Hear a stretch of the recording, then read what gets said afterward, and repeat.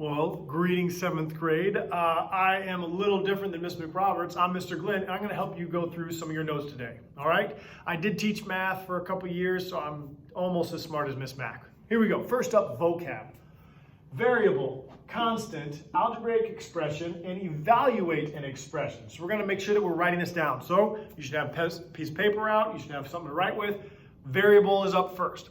When you hear the word variable, think about what it means when somebody says, something that varies a bit, meaning it can change. That's the root word here for the variable. So the definition for variable is a letter that represents a number that can vary or change. All right? So variables are a letter that represents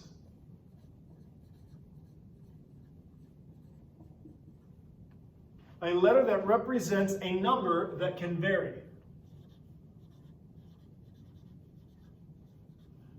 That can vary. And again, vary just means it can change. Okay?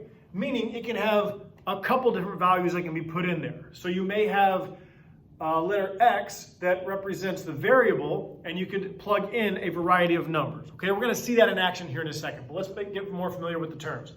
So if we have something that can change, the counterpart to that is something that cannot change, or you could say that it is constant. Yeah, it is. So that is what our constant is. This is a number whose value doesn't change.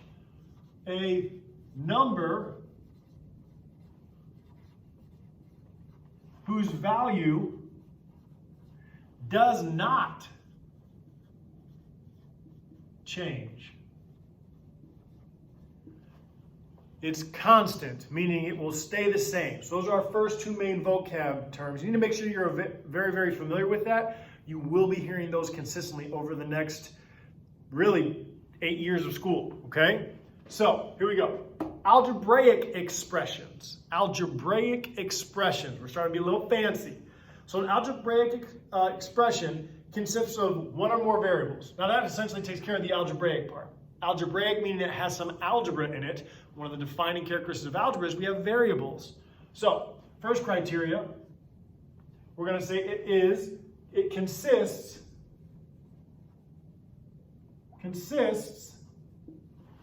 of one or more variables.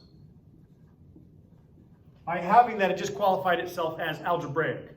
Second, it usually, now notice, this is a must-have, and there's going to be a second criteria here, that it usually contains constants and operations. Usually contains, meaning it has, constants and operations. Now you may be thinking, what do you mean operations? 4 main operations: add, subtract, multiply, divide. Okay, so if you're not sure, go ahead and put that in. Those are operations. So you'll be able to identify those pretty quickly. Does it have variables or letters involved? Yes, check 1. Is it adding or subtracting, multiplying or dividing it with other constant terms? Yes, that is what we like to call our algebraic expression.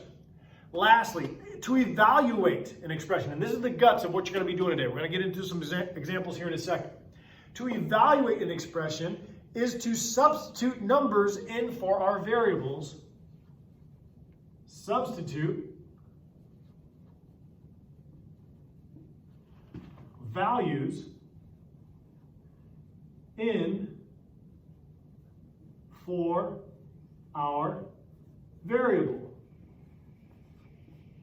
And I'm going to put a parenthesis, the S, because it could be variables. Okay, if we have more than one, we're going to plug in for more than one. Substitute, let's just talk about that. What does that mean? Well, this is a great example. Mrs. McRoberts, if she's not here, we have a substitute. What that means is that person replaces her as an authority in the class. Doesn't change how the class should operate, right?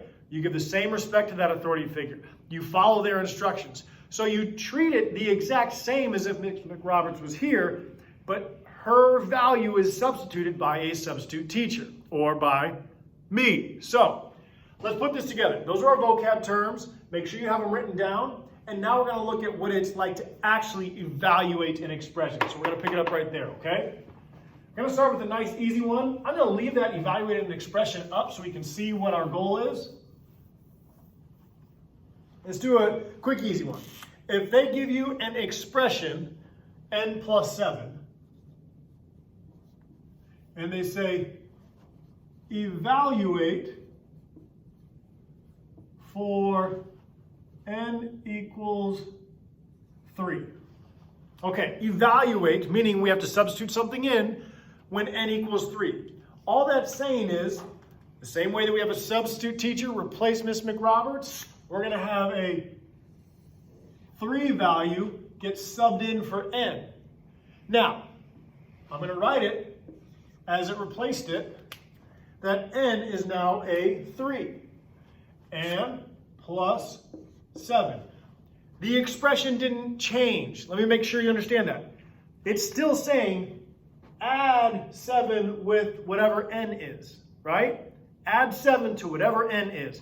Well, they told us n is 3. So I'm still doing the same operations. I'm adding 7 to n. Okay? So now we have to simplify. What's 3 plus 7? You got it. 10. You're done. Isn't that nice? It is right now. It gets a little more complicated, but that's the premise for everything today. When they give you a value for a variable, plug that in or substitute it in, and then evaluate. Simplify it as much as possible, okay? I think you guys are pretty smart. We're going to jump to something a little more feisty. What if I had 2x minus 4y? All right, so that's my algebraic expression. I don't have anything to evaluate it for yet. So let's say evaluate for x equals negative 2, y equals 5.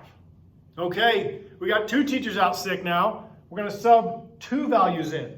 Notice I'm not going to change what's not the variable, right? The constant stays constant. 2, the operation stays the same, and the 4. What I am going to replace is the x. Now you guys should know this already. When 2 is next to x, what operation is that? I heard it, good, multiply.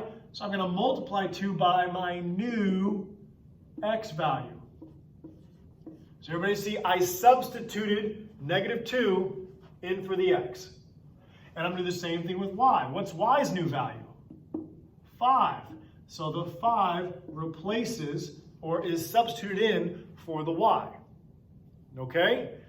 Now we have to evaluate, meaning follow our order of operations. Should we subtract first? Oh, no. Multiplication happens first. 2 times negative 2? Heard it, negative 4. Now, be careful here. I'm not sure which way you look at this. Some of you think negative 4 times 5, negative 20, that'll work. Or you do 4 times 5 and you subtract it. Your choice, but you're going to be left with minus 20 over here. Okay? Now, you're still not done. Simplify. Minus 4, minus 20. I always say when it comes to negatives, think money. You owe someone $4 and you owe them 20 more. You owe them $24. And you're done. You're done. It's pretty simple. That is the gist of what you're going to be doing today. Now, if you have any questions, you can reach out to Miss Mack through email. You can reach out to me.